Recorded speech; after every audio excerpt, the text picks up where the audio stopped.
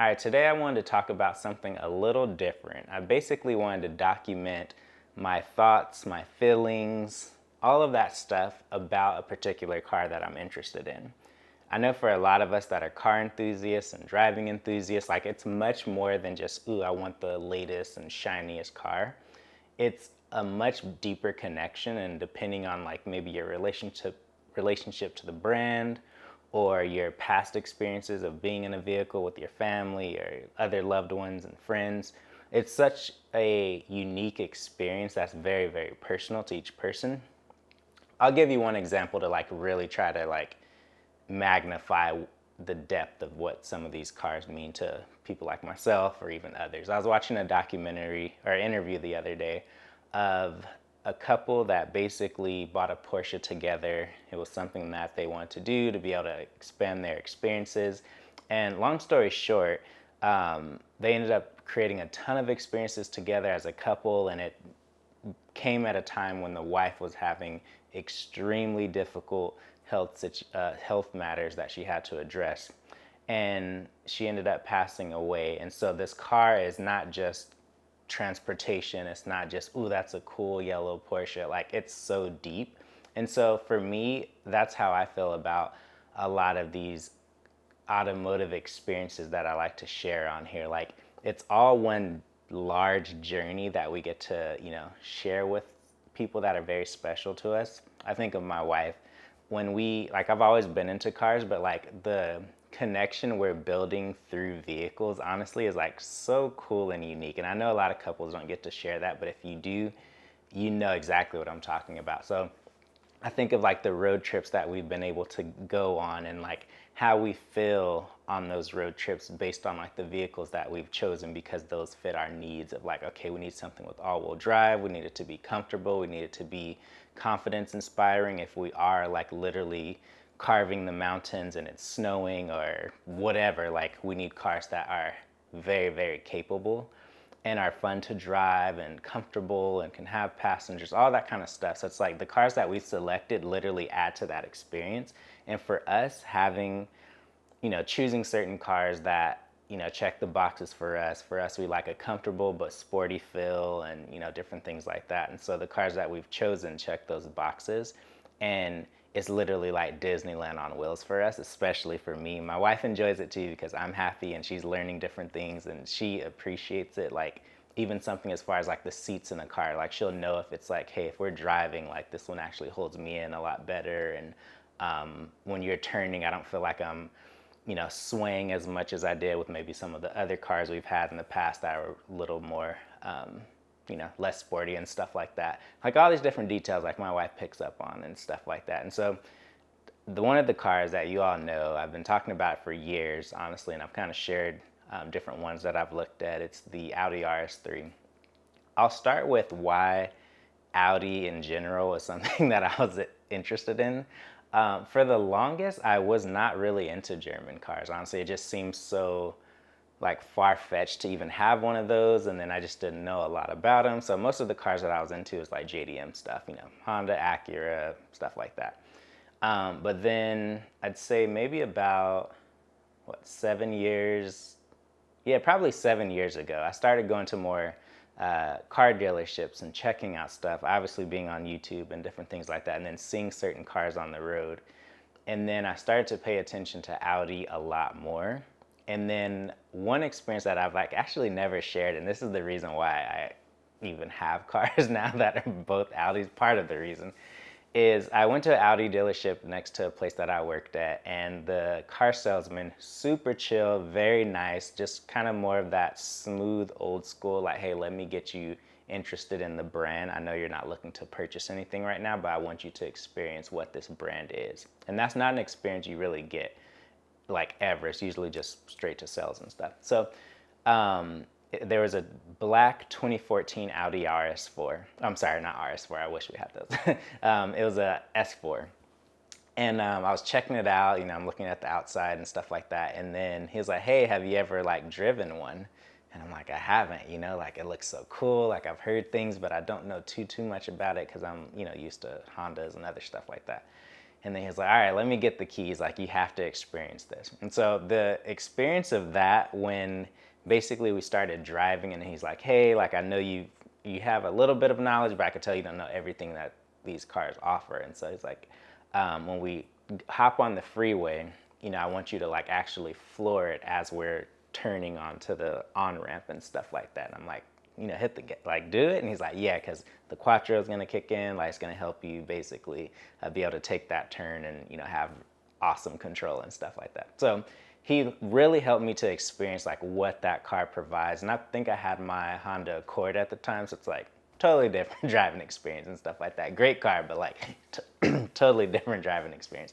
And so from that point on, I was like, oh man, I really like, I get it and I understand the hype. And then I was obviously kind of maturing in different ways, and even certain things that I liked about the interior of cars, because for the longest I didn't like the simplicity of like European cars and stuff like that. But obviously as you get a little bit older, and I'm still young obviously, but like you just start maturing and noticing things and picking up on stuff as you know, mature. And so I appreciate it so much, you know, and now I'm like, I totally get it. And then at that point, I was starting to understand it and appreciate it. And so after that, I ended up driving, I didn't get an Audi, you know, for years after that initial test drive, I think in like 2017 or something.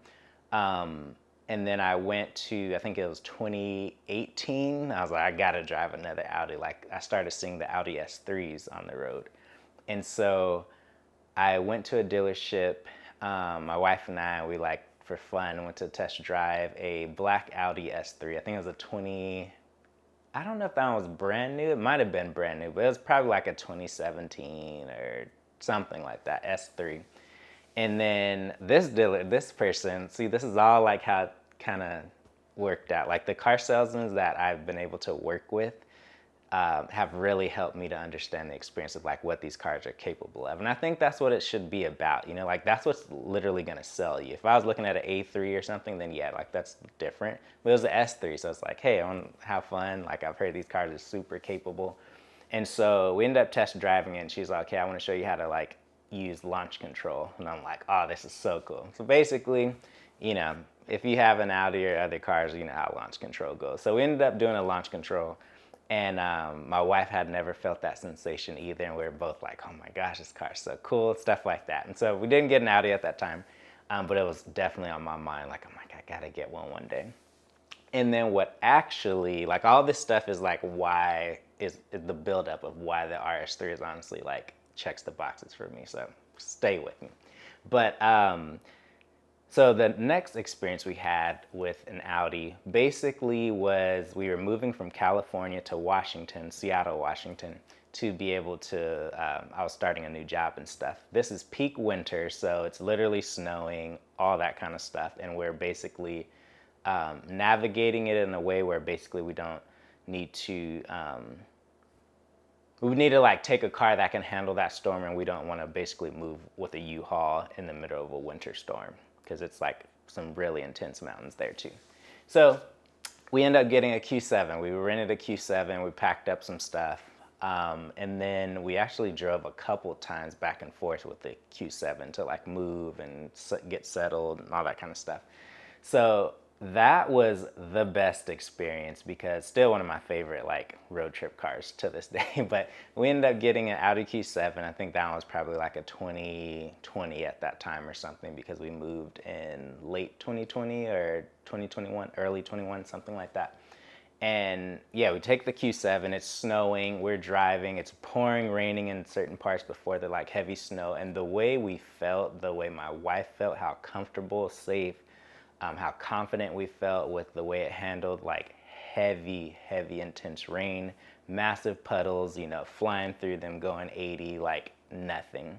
And just the way it like, you know how some of these cars drive, like amazing. So that experience really got us locked in. It was like, okay, this car really checks the boxes of like, or just Audi, you know, an Audi with the Quattro all-wheel drive, like really checks the boxes of what we're looking for. It fits our lifestyle. We love going to the mountains. We love driving in the snow. Up until that point, we had been taking my Honda Accord, putting snow tires on it, going in the mountains, like not the best experience, you know, trying to put on chains when it's like 19 degrees outside and snowing and stuff and windy, like not fun. So we end up getting my first Audi that we bought was a 2020, I'm sorry, not 2021.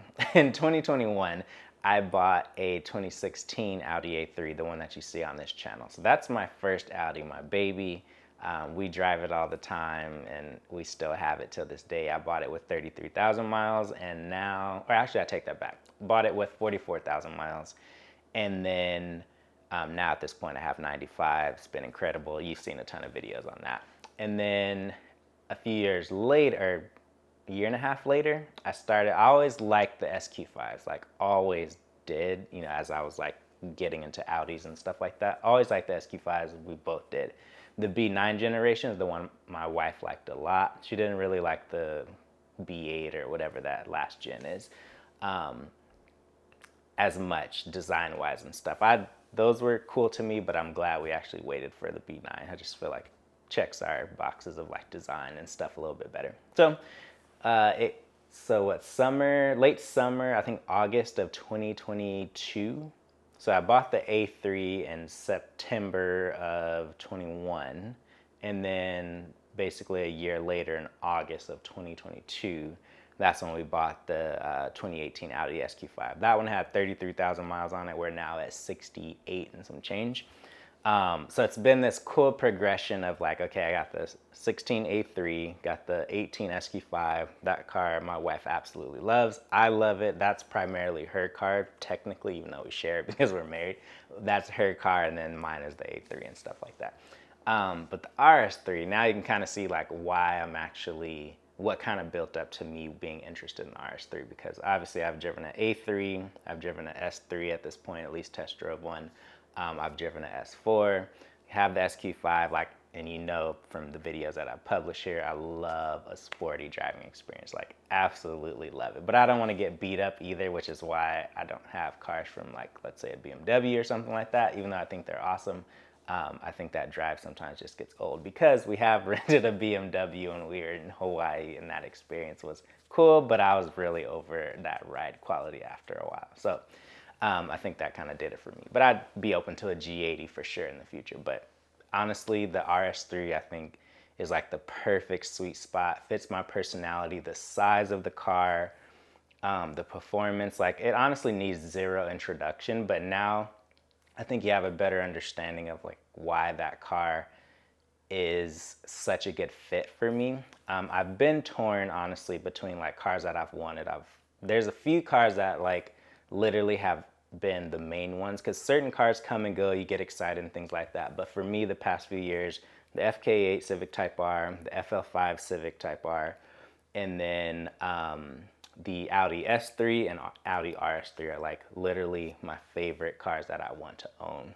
In the dream world, I'd have like multiple, but you know, at a certain point it doesn't make sense and stuff like that. But in the perfect world, I just throw it out here so you kind of understand like what I really, really like and what's going to be consistent for a while is the G80 M3. Like I really, really like that car, but I don't think I would actually want to get that. Like I really, really do. I really like those. But it would be basically an FL5 Civic Type R and an 8Y Audi RS3.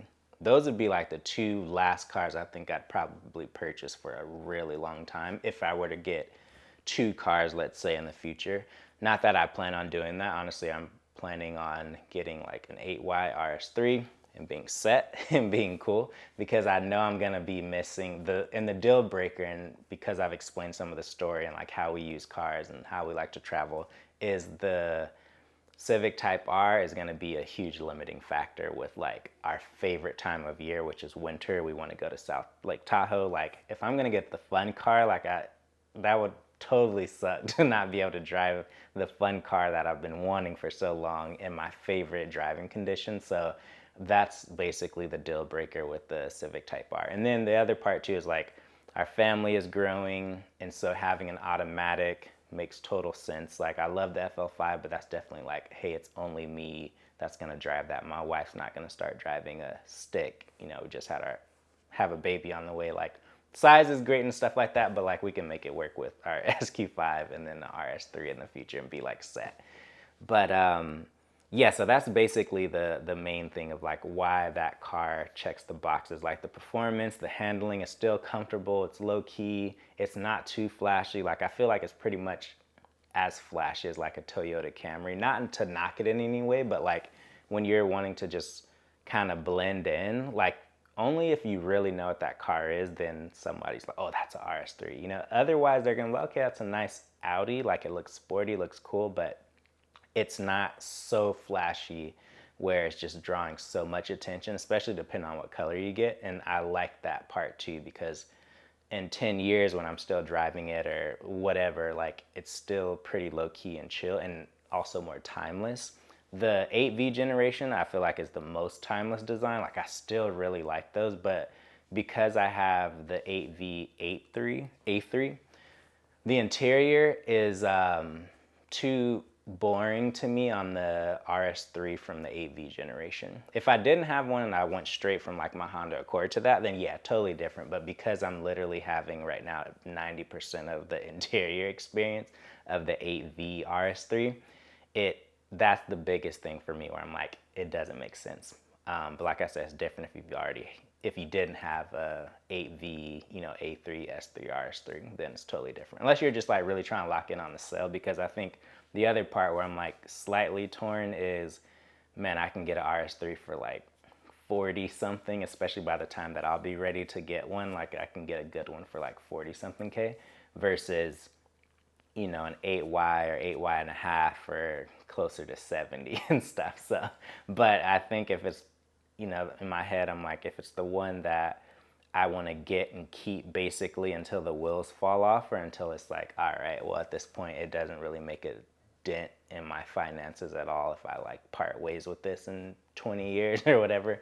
I just feel like it'd be the car that I would get and keep for a super long time because I've driven a A3. I had to drive one for my when I was getting my car worked on at a dealership a while back. I got a A3 as like my little, you know, rental car for the day and stuff like that. And that interior is just so, it's really, really nice. It's different from the AV generation, but it's really nice and futuristic, but still very functional and simple. And I feel like it has technology and a design and layout that's going to age pretty well. And so for me, that's something I pay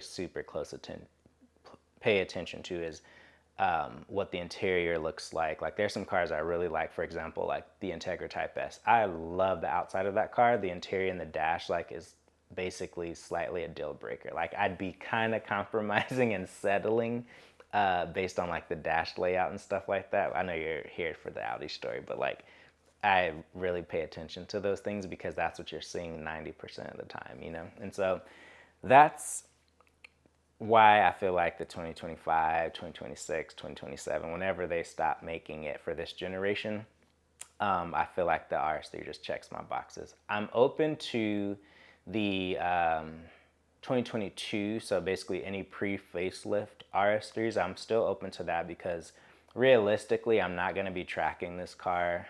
I'm probably going to do autocross for sure. Like I would love to do autocross, but the wear and tear and the maintenance and the cost and stuff like that to actually track it, I don't think I would do it that consistently, I should say. I'd love to do at least like, okay, 2 track days a year or something, if that, but I don't see myself like tracking the RS3 consistently. Like it's a pretty expensive car and I don't want to be going through tires and all that kind of stuff. Like I don't want to beat up the car like that. Like I'm happy with like some fun canyon drives, mountain drives, autocross for sure, because I'd love to like see what I could do and learn more of the limits of the car in a safe environment and stuff like that. But it is just a car that really, really checks my boxes. And so I'm excited to see what the future holds with me getting into an RS3. I still have a soft spot for the S3, honestly, like especially the 8V generation.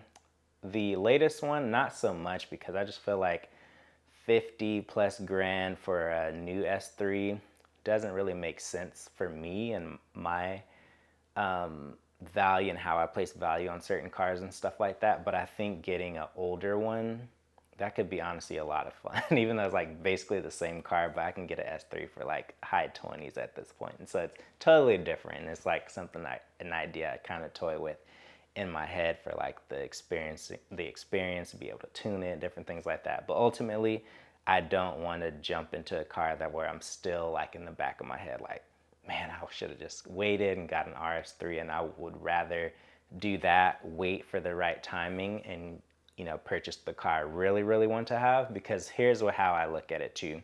When I go to car shows or see older people that are in their like fun cars, for example, like I'll see people in a NSX or a S2000 and they're in their 60s or 70s, and stuff like that, still driving it.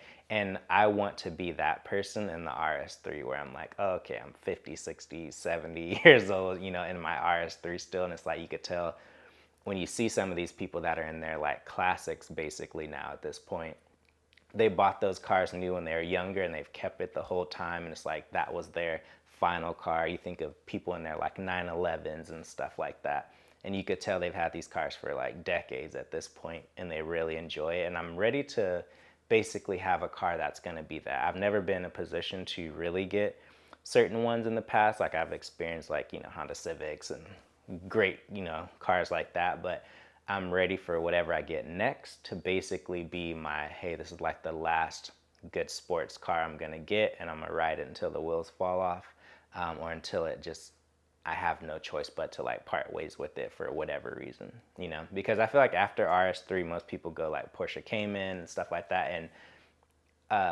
or 911, and I just don't realistically see myself having any of those for a really long time. Not for the spec I'd want and for the performance and stuff like it. That's a big price tag. Like I love like a GT4, that would be so sick. But I'm like, it's also 2 doors. Like imagine me just actually investing in more of the performance and handling and stuff like that on the 8Y RS3. Like that's gonna be such a pocket rocket. It's gonna be super quick, handle well, because the changes that they've made on the new RS3 are amazing. And so I feel like that's the biggest difference between me getting an 8V and the 8Y, because I have driven an 8V RS3. I drove a 2019, super nice. Honestly, like it was a really perfect spec. But I think the subtle things that I felt, from the driving experience, left me wanting for more, on top of the interior being pretty much identical to my 8V, besides like the Alcantara on the steering wheel, a couple different things on the shift boot, the seats, and the virtual cockpit, because I have a 2016, so they didn't have the virtual cockpit yet. But I just feel like getting the latest one with the latest tech, latest safety, the much better handling because of the torque splitter, like all of those different things are gonna just make it an incredible machine. And the people that have driven these, that where it checks the boxes for them, like I just hear nothing but good things. Even the 8V, like people get the RS3 and they keep it until like as long as they want, type of thing, but I'm ready. Like I was saying, I'm ready for that experience of having a car that is gonna be my long-termer and not something I'm flipping and being bored or done with, or like, man, I should have just waited and got the one I really wanted. And so it's gonna be cool. And then later on, I feel like if it makes sense in time, like I can get a FK8 or a FL5 Civic Type R, I'd probably get a FL5, honestly. Like later on down the road, that could make sense, and then have like my RS3 that I've mostly had, and then it'd be paid off and blah blah blah, and then like, okay, I want to have a used Civic Type R that's basically for the fun weekends and stuff. Like that could be such a fun combo, but it's not a need at all, and it's something that could be much later down the line, where it's like, okay, I'm in my mid 40s or whatever, and I picked up a clean FL5 or something, because right now I'm 34, so it's like in 10 years I could have both of those and be like, oh cool, I found one that was low mileage and stuff like that. But the RS3, that's one I really hope I can get by 2026, because we're basically in 2025 now. So I'm thinking in 2026, either,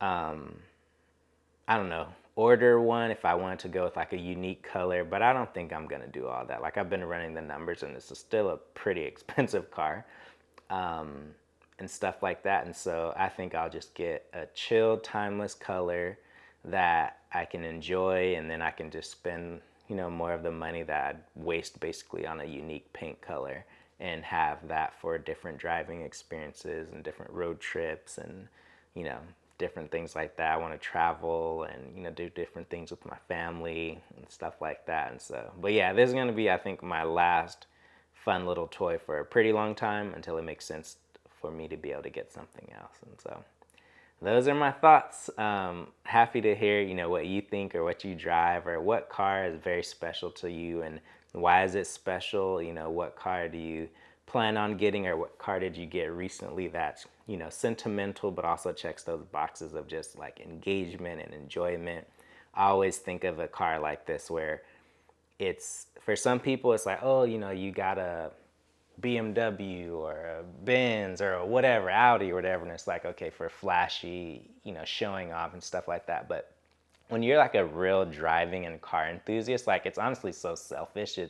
You're getting it for you. Like it's all for your enjoyment, you know, it's for you to basically have Disneyland on wheels every time you start the car. Like that's how I literally think of it. And I don't think of it any other way because the person driving is actually getting the most enjoyment from it. I know there's people that, you know, do get cars just for the name and to show off and stuff, but like certain vehicles that people get, like you already know they're a car enthusiast. I'll see middle-aged women or whatever in like a Golf R or something like that, and I'm like, they didn't get that car to like look cool. Like they literally been driving fun cars probably for a long time, or they've been wanting to and like had to wait for the right timing and, you know, different things like that. And I think of even my mom, like getting the car she really wanted in 2006. She got a Mazda 3 with the 5-speed manual at the time, and like it was brand new and it was sporty and fun but like comfortable still and stuff like that. So it's like, it's cool to see people like get these cars that are basically fun machines, you know, for you to be able to enjoy different things, create new memories, create experiences. And I think now too of like my daughter and, you know, future son one day and stuff that are going to be in the car with me in these cars, like they're already sentimental and special and fun and exciting. But when, you know, you start raising children in cars and, you know, you think of all the dates you've had, or you and your wife going somewhere and stuff like that, or your husband, whoever, you know, may be watching, you can't help but think of like, oh, we did this together, it was special, it was amazing.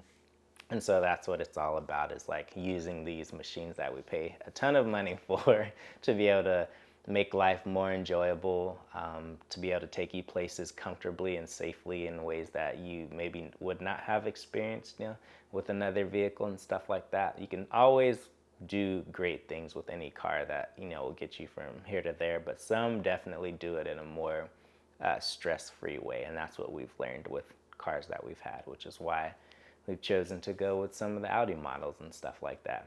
Are they a headache sometimes? Definitely, but I feel like every car at this point, you're always going to have some sort of maintenance, and then newer cars are just having more issues. Like I think of even like Toyotas and certain Hondas and stuff like that, and it's just like Honda right now, Honda Acura having so much trouble with like steering wheels and different things like that, and before it was like their automatic braking system, and Toyota I think with the transmissions in their Tacomas or the engine, something like that. Like things happen. Honestly, these cars are just like machines, and you know, they look to save money on different things and stuff like that. And sometimes it just, you know, when you get the first year, if that makes it harder of any new car. And then the other thing too of like why I feel like the timing of when I get the Audi RS3 will make sense is because it won't be the first year. For one, it's already going to be a facelifted version, which is great. That has its perks. They've made a couple changes that it'll be nice to make sure that, you know, by let's say 2026, when the second